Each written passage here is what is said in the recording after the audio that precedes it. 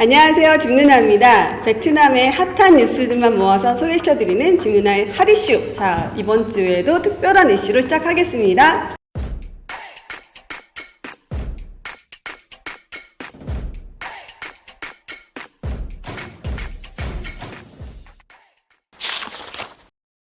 자, 첫 번째 기사는요, 이번에 윤석열 대통령의 이제 국빈 방문을 통한 여러 가지 결과들이 이제 나왔습니다. 이제 그 부분에 대한 구체적인 내용들 많은 분들이 궁금해하실 것 같아서 소개를 시켜드릴게요. 한배 경제협력 가속화에 따른 이제 구체적인 방안들이 나왔습니다. 자, 베트남에 40억 달러를 유상 원조로 하고 2030년까지 교역액 1,500달러를 지원을 하겠다라는 이제 기사가 나왔습니다. 자, 한국과 베트남 이제 특히나 이 히토르 등 핵심 광물 공급망 협력을 강화하고 2030년까지 교역액 1,500달러 달성을 목표로 경제 협력을 가속화하기로 했다.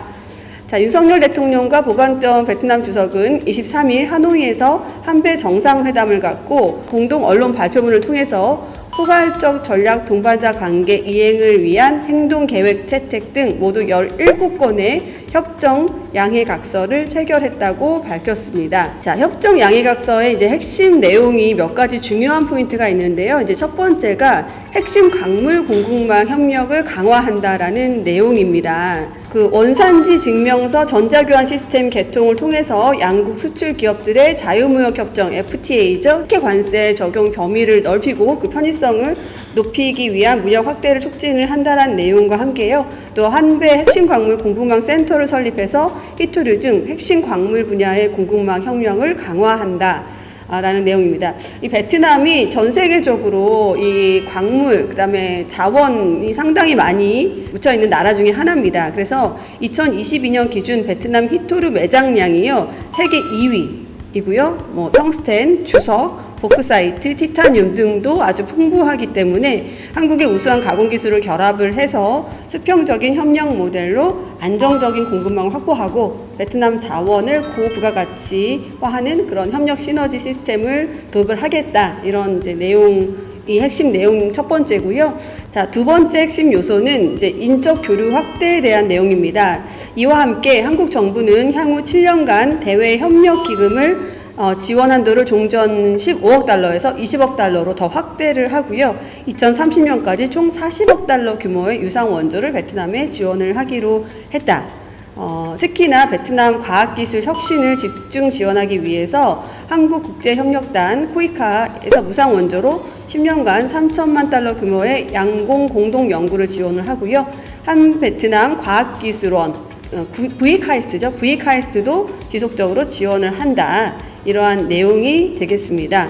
자, 그리고 세 번째로 또 아주 중요한 요소가 있는데요. 이때 이제 정상회담 이후에 베트남 총리를 포함한 13개 부처, 양국 그 기업인 600명이 참여를 해서 한배 비즈니스 포럼이 주최가 됐습니다. 이 한배 비즈니스 포럼에는 뭐 삼성전자, LG 디스플레이, 현대자동차, 효성, 한화, 하나마이크론, 그다음에 CJ, 롯데, 대우건설, 신한은행 등 총 12개 현지 법인장들이 다 참여를 해서 이 포럼이 진행이 되었는데요. 이 포럼을 통해서 양국 경제 협력 관계를 평가하고 새로운 30년을 위한 파트너십의 발전 방향에 대해서 제시를 했습니다. 지금 글로벌 경기 위축으로 전체적인 시장이 좀 침체되고 이런 부분을 활성화시키기 위해서 양국 간 무역의 역동성을 회복하는 것이 시급한 문제라고 윤 대통령은 표현을 하면서 소비재, 플랜트, 서비스 등 다양한 분야로 협력 관계를 심화시키고 포괄적 전략 동반자의 관계에 걸맞게 수평적 협력 관계를 구축을 해야 한다라고 강조를 했습니다. 이제 기업인과 정부 관계자들 300여 명, 베트남 정부 기업인 등 총 이제 600여 명 정도가 참여를 해서 아주 열띤 토론과 함께 성황리에 이 포럼을 마쳤다고 하고요. 자, 이렇게 이제 베트남과 이제 한국 간의 이제 경제 협력이 점차 심화가 되고 이제 더 가속화될 여러 가지 이제 징조들이 보이고 있고요. 또 윤 대통령의 이러한 직접적인 지시와 또 베트남 정부의 강력한 협정 요청 이런 부분을 통해서 앞으로 한국 경제 발전에도 도움이 되면 물론 베트남 경제에도 많은 변화와 또 도움이 있을 것으로 예상이 됩니다. 이번에 이제 포럼을 계기로 양국 기업 간 구체적인 협력 행보도 이제 어느 정도 가닥이 나왔는데요. 방산, 소비재, 헬스케어, 식품 등의 교역 분야에서 한 54건의 MOU가 실제적으로 이루어졌고요.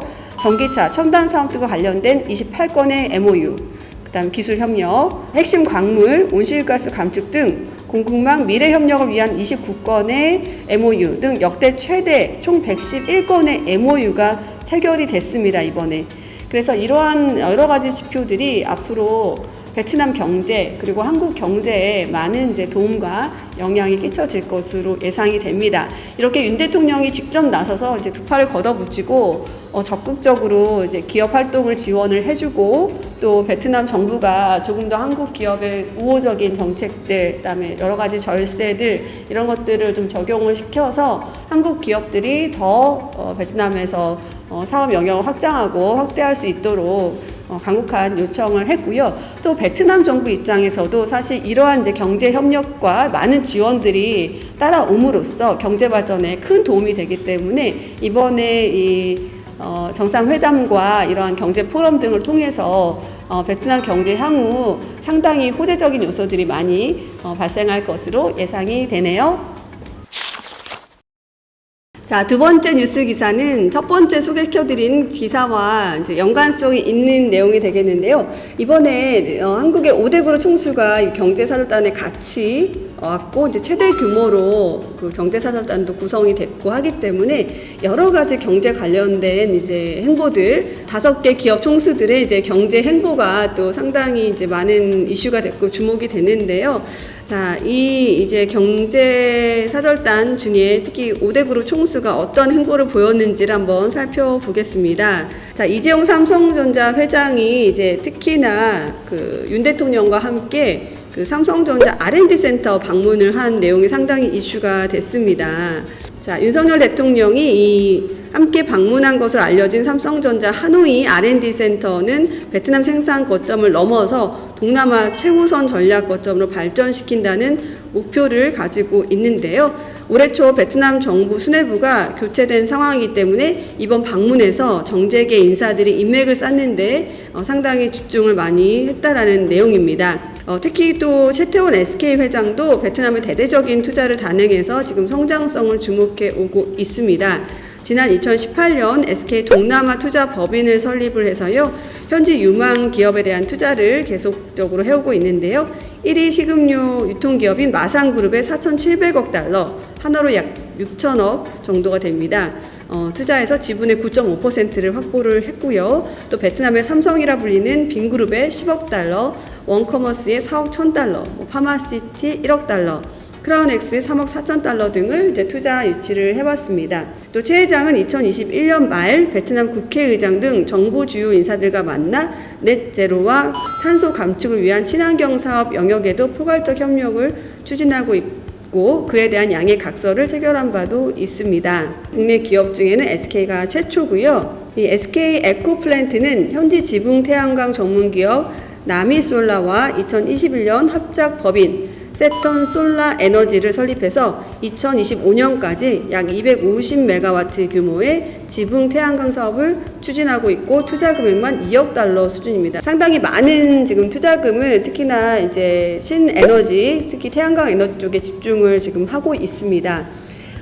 현대자동차의 정의선 회장의 경우에는 이제 토요타를 중심으로 일본 기업이 장악을 하고 있던 이런 동남아 또 중동 시장에 의미 있는 변화를 만들어가고 있는데요. 대표적인 국가가 바로 이 베트남이죠.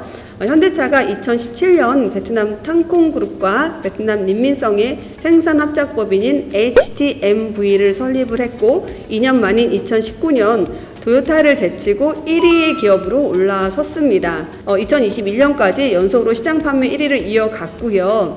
특히 현대차, 기아차는 하반기 생산 합작법인 HTMV12 공장에서 올 하반기 4개 차종을 추가로 생산을 하는데 아이오닉5를 통해서 베트남 전기차 시장 공략에 나설 계획이라고 정 회장 각별히 포부를 밝혔습니다. 또 LG그룹의 경우에는 1995년부터 베트남과 인연을 맺어왔고 구강모 회장 체제 이후 투자를 점점점 늘려가고 있는데요. 2015년 홍이행과 하이퐁의 생산 고장을 만들었고 지금 하이퐁 캠퍼스로 통합 이전해서 하면서 글로벌 생산 거점으로 육성하고 있습니다. 2028년까지 15억 달러를 추가 투자해서 생산 라인 신설을 증축을 할 예정이고요.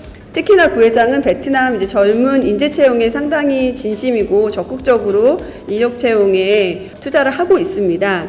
그래서 지금 현재 750여 명의 전자부품 관련 개발 인력을 2024년까지 1000명 수준으로 약 30% 이상 늘려나갈 계획입니다. 자, LG그룹은 LG전자 이외에도 지금 LG 디스플레이, LG 이노텍, LG 화학, 또 베트남 이외에 7개 생산 법인을 포함해서 총 12개의 법인을 운영 중이고요. 이러한 생산 규모가 지난해 120억 달러, 그러니까 하나로 약간 15조 원, 상당히 많은 수준이죠. 으로 성장해서 베트남 내 국내 총생산의 약 3%를 차지를 할 만큼 지금 상당한 생산량을 보이고 있습니다. 지금 이렇게 말씀드렸던 대한민국에 정말 내놓으라 하는 기업들도 베트남에 지금 적극적인 투자, 또 투자를 점점 늘리고 있고 확장해 나가고 있습니다.